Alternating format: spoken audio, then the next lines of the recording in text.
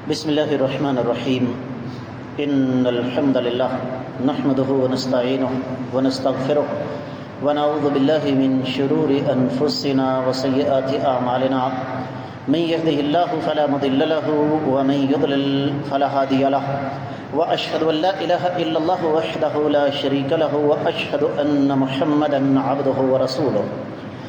معزز خواتین و حضرات، قربانی کے ایام چل رہے ہیں اور ظاہر بات ہے اللہ کی زمین پر انسان دو ہی قسم کے ہیں، حزب اللہ اور حزب الشیطان۔ ایک اللہ کا ماننے والا گروہ ہے، دوسرا شیطان کا پجاری ہے۔ اور ظاہر بات ہے شیطان کے پجاری اپنے مشن پر چلے ہوئے ہیں۔ قربانی کے ایام آتے ہیں تو ایک طبقے کو بڑی تکلیف ہوتی ہے۔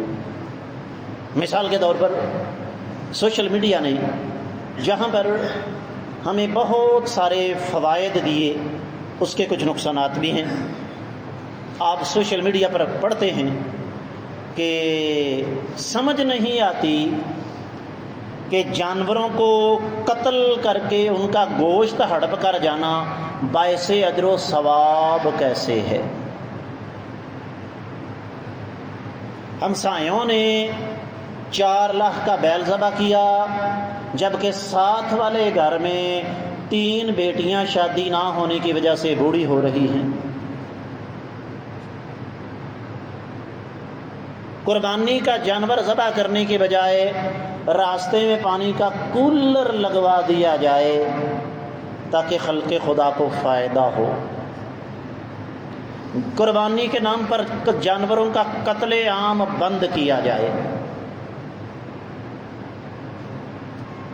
قربانی کرنے کی جگہ غرباء فقراء مساکین کی مدد کیوں نہیں کی جاتی؟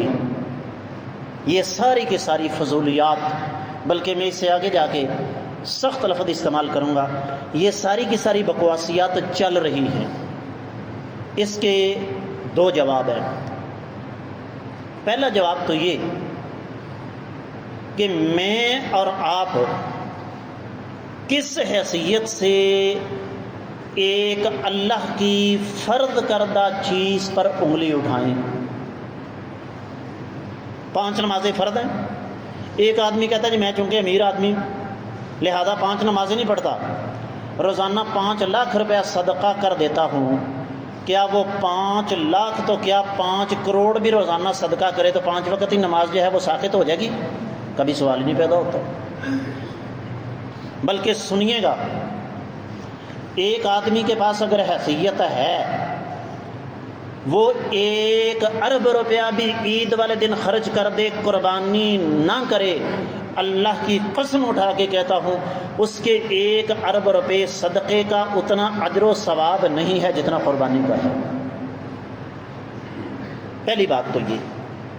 دوسری بات یہ غرباء فقراء مساکین کی مدد کرنا، پانی والا کولر لگوانا، غریب بچیوں کی شادی کروانا، یہ ہمیں عید الاضحیٰ کے موقع پر کیوں نظر آتا ہے؟ اور یہ اس کا تعلق ہم قربانی کے ساتھ کیوں جوڑتے ہیں؟ اپنی عیاشیوں کے ساتھ بھی جوڑیں۔ ہونا تو یہ چاہیے، لاکھوں روپے کا موبائل لینے سے بہتر ہے کہ آپ 2-4 کولر لگوا دیں۔ بیٹے کی منگنی نہیں، سالگرہ پر 10 لاکھ روپیہ خرچ کرنے سے بہتر ہے کہ آپ لاکھ روپیہ خرچ کر کے غریب بچیوں کی شادیاں کروا دیں۔ 4 کروڑ کی گاڑی لینے سے بہتر ہے کہ آپ 40 لاکھ کی گاڑی لے لیں، 3,60,000 روپے سے کوئی سڑک بنوا دیں۔ 3 کروڑ 60 لاکھ سے آپ کوئی گلیاں بنوا دیں، نالیاں بنوا دیں، غرباء فقراء کی مساکین کی مدد کر دیں، کوئی یتیم خانہ کھول لیں، کوئی لنگر خانہ کھول لیں۔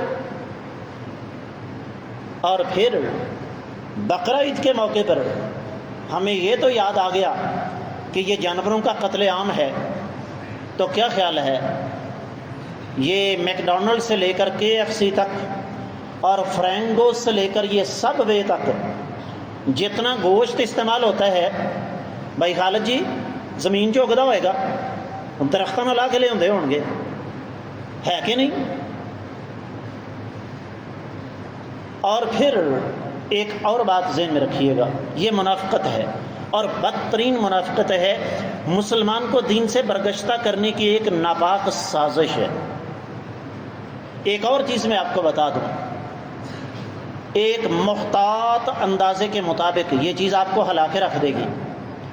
ایک محتاط اندازے کے مطابق 10 ذی الحجہ کو عید الاضحیٰ کے دن وطن عزیز پاکستان میں 800 سے لے کر 1000 ارب روپے تک کے جانور ذبح ہوئے ہیں۔ اور دلچسپ بات یہ ہے کہ قربانی کے سلسلے میں جو ہماری ایلیٹ کلاس ہے، کھاتے پیتے لوگ ہیں، ان کا فائدہ 10% بھی نہیں ہوتا۔ کیوں جی؟ کوئی کروڑپتی آدمی آج تک آپ نے دیکھا ہے جس نے 200 400 500 بیل پالا ہوا ہو؟ یہ پالنے والے کون ہوتے ہیں؟ سارے کے سارے غریب۔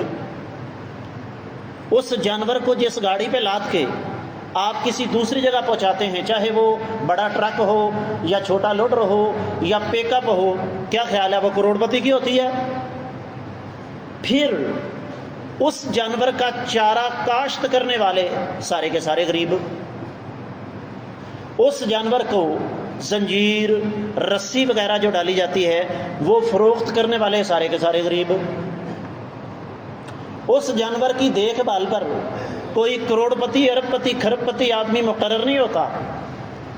2 دن 4 دن 5 دن 10 دن پہلے آپ نے جانور خریدا، اس کی آپ نے دیکھ بھال کرنی ہے، اس کو پانی وغیرہ چارہ وغیرہ اس کو دھوپ چھاؤں سے بچانا ہے۔ یہ سارے کا سارا کام کون کرتا ہے جی؟ غریب آدمی کرتا ہے۔ جانور ذبح ہوا، شریعت کا حکم کیا ہے؟ نبی علیہ الصلوۃ والسلام کی حدیث پچھلے خطبے میں سنا چکا ہوں۔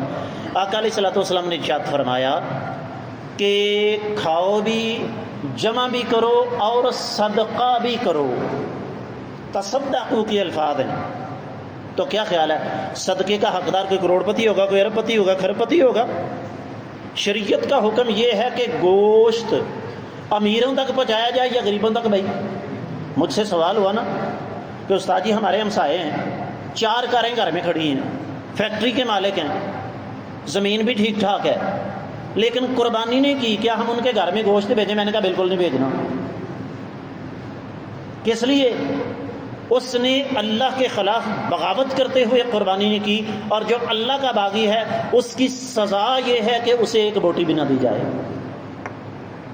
پھر جانور ذبح ہوتا ہے، گوشت آپ نے تقسیم کیا، چمڑا کوئی کروڑپتی آدمی نہیں رنگے گا، بلکہ اس سے پہلے قیمے والی مشین کیا خیال ہے کسی کروڑپتی نے لگائی ہوگی؟